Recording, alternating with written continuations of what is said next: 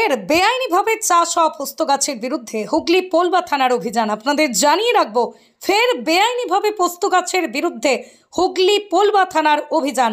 গোপন সূত্র মারফত খবর পেয়ে পোলবা থানার আমনান গ্রাম পঞ্চায়েতের বিভিন্ন এলাকায় লুকিয়ে বেআইনি অবৈধ পোস্ত চাষের বিরুদ্ধে আজ তল্লাশি অভিযান চালায় হুগলি গ্রামীণ জেলা পুলিশের অধীনে পোলবা থানার একটি বিশেষ দল। এই বিশেষ দলের নেতৃত্বে ছিলেন হুগলি গ্রামীণ জেলা পুলিশের DSP and DNT Shri Priyabrata Bakshi মহাশয়, পোলবা থানার ওসি নাজির উদ্দিন আলী সহ পোলবা থানার অন্যান্য পুলিশ কর্মীরা। এই দিন আমনান গ্রাম পঞ্চায়েতের অধীনে ডুবির ভেড়ি, কারিচা, ডাকাতিয়া ভেড়ি মৌজায় অভিযান চালায় পুলিশ। সেখানেই মোট কম বেশি 10 থেকে 12 কাঠা জমির মধ্যে অবৈধভাবে চাষ করা পোস্ত গাছের চারা নষ্ট করেছে পুলিশ। হুগলি গ্রামীণ জেলা পুলিশের একটি সূত্র মারফত জানা গেছে, এই ধরনের পোস্ত চাষ করা সম্পূর্ণ বেআইনি। এর থেকে বিভিন্ন ক্ষতিকারক মাদকদ্রব্য উৎপাদিত হয়।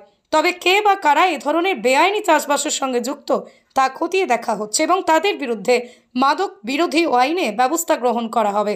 ভবিষ্যতে এ ধরনের বেআইনি কার্যকলাপের বিরুদ্ধে হুগলি গ্রামীণ পুলিশের অভিযান আরও চালানো হবে।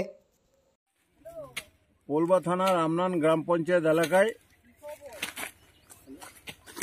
ডুবির ভেড়ি মৌজায় আজ পোলবা থানা বিশেষ অভিযান চালায় পোস্ত চাষের বিরুদ্ধে।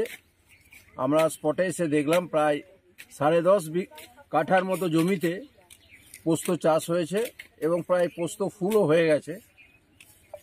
আমরা নির্দিষ্ট সূত্রে খবর পেয়ে আজকে পোলবা থানার সমস্ত ওসি নাজির উদ্দিন আলী এবং অন্যান্য অফিসার ফোর্সকে নিয়ে আজকে আমরা এখানে উপস্থিত হই এবং সমস্ত এই 10 কাঠার যে পোস্ত গাছ সেগুলোকে ডিস্ট্রয় করে দিই। আমরা যারা এই অবৈধ চাষ করছে তাদের বিরুদ্ধে আইনগত ব্যবস্থা নেব। আগামী দিন কি এই অভিযান চলবে? আরও আগামী দিন যদি কোথাও আমরা খবর পাই এই ধরনের চাষ আছে, এই অভিযান চলবে এবং জনগণকে আমরা সচেতনও করব যে পোস্ত চাষ আইন বিরুদ্ধ, এটা করা যায় না। জনগণের সচেতনতা বৃদ্ধিও পুলিশের তরফ থেকে, হুগলি জেলা পুলিশের তরফ থেকে করা হবে।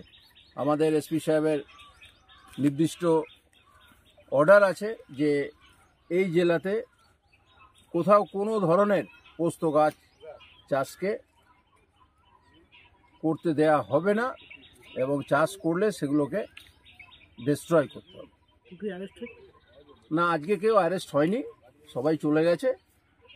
মাঠের মধ্যে আপনারা দেখছেন যে চাষের জমি। আমরা এই ব্যাপারে আইনগত ব্যবস্থা গ্রহণ করব।